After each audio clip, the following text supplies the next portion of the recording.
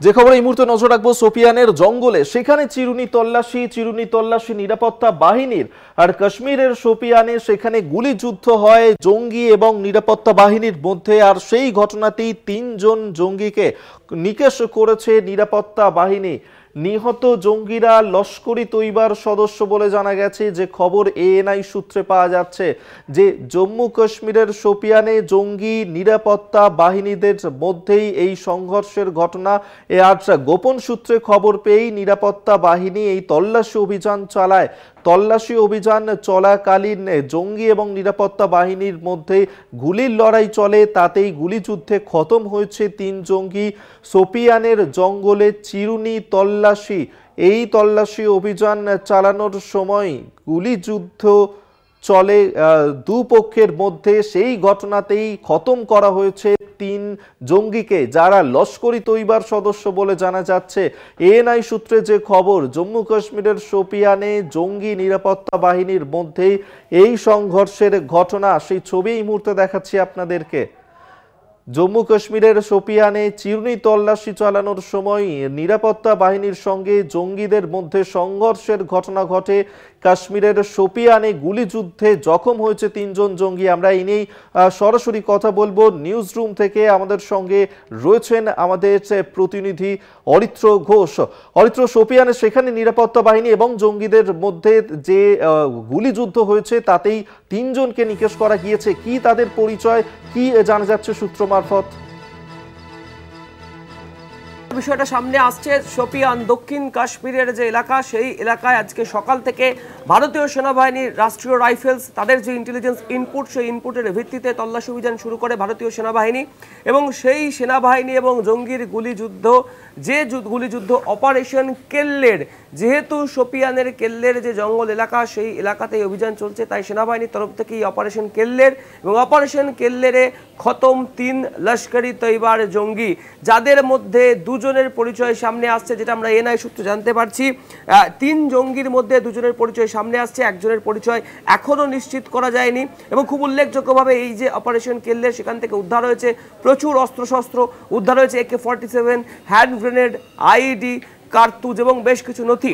যে জঙ্গিদেরকে নিকেশ করা হয়েছে তাদের যে 2 জনের পরিচয় আমাদের হাতে আসছে, যেটা এনআই সূত্রে আমরা জানতে পারছি। তার মধ্যে প্রথম হচ্ছেন শাহিদ কুট্টে, যার বাড়ি এই জম্মু কাশ্মীরের দক্ষিণ এলাকা সোপিয়ানের ছোটিপোড়া হিরপোড়া এলাকায়। লস্করি তৈবার এ ক্যাটাগরিতে যোগদান করেন 2023 সালের 8ই মার্চ। যোগদানের ঠিক 1 মাস পরে 8ই এপ্রিল 2024 সাল ভ্যানিস রিসর্টে গুলি চালানোর ঘটনায় জড়িত এই শাহিদ কুট্টে, এবং যেখানে 2 জন জার্মান পর্যটক এবং 1 জন চালক আহত হয়েছিলেন। এছাড়াও সবথেকে গুরুত্বপূর্ণ ডেভেলপমেন্ট, এই যে শাহিদ কুট্টে, তিনি টিআরএফ অর্থাৎ পাহেলগাম হামলায় যারা জড়িত, যে জঙ্গি সংগঠন দায় স্বীকার করেছে, সেই টিআরএফ এর অপারেশনাল কমান্ডার হিসেবে কাজ করত এই শাহিদ কুট্টে। এছাড়াও যে অভিযোগ তার বিরুদ্ধে ছিল, 18ই মে 2024 সাল সোপিয়ানের হীরাপোড়ায় সরপঞ্চ হত্যার সাথেও জড়িত ছিলেন তিনি। 3রা ফেব্রুয়ারি 2025 সাল কুলগামের একটি হত্যাকাণ্ডের সাথে জড়িত থাকার সন্দেহের তালিকায় ছিলেন এই জঙ্গি।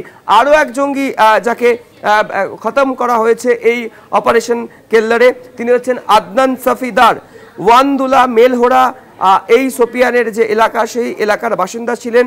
2024 সালে লস্করি তৈবার যোগদান করেন ক্যাটাগরি সিতে, এবং ওই দিনেই তিনি একটি পরিযায়ী শ্রমিক হত্যার ঘটনা, সেই ঘটনার সাথে জড়িত ছিলেন, এমনটাই কিন্তু সন্দেহ করেছে ভারতীয় সেনাবাহিনী। দেখো, খুব উল্লেখযোগ্যভাবে আজকের এই যে অপারেশন কেল্লার দক্ষিণ কাশ্মীরের শোপিয়ান এলাকাতে, সেই অভিযানে খতম 1 টিআরএফ জঙ্গি। এটা অত্যন্ত গুরুত্বপূর্ণ ডেভেলপমেন্ট, তার কারণ এই টিআরএফ কিন্তু পাহেলগাম হামলা তার দায় স্বীকার করেছিল, এবং সেই টিআরএফেরই যে অপারেশনাল কমান্ডার শাহিদ কুট্টে, তাকে কিন্তু খতম করলো সেনাবাহিনী এই অপারেশন কেল্লারের আওতায়। এবং আরও গুরুত্বপূর্ণ যে বিষয়টা, এই 2 জঙ্গি যাদের পরিচয় সামনে আসছে 3 জনের মধ্যে, তাদের 2 জনের বাড়ি কিন্তু ভেঙে দেওয়া হয়েছিল সেনাবাহিনীর তরফ থেকে। আমরা দেখেছিলাম পাহেলগাম হামলার পরে কাশ্মীরের যে সমস্ত জায়গায় জঙ্গি সন্দেহে যারা বসবাস করছে, এক্ষেত্রে একটা বিষয় জানতে চাইবো যে এই যে টিআরএফ এর সদস্য বলে জানা যাচ্ছে, আর এই যে পেহেলগামের যে ঘটনা, সেই পেহেলগামের ঘটনার সঙ্গে এই যে যারা জঙ্গিরা যাদের পরিচয় জানা গিয়েছে তাদের কি কোনো যোগসূত্র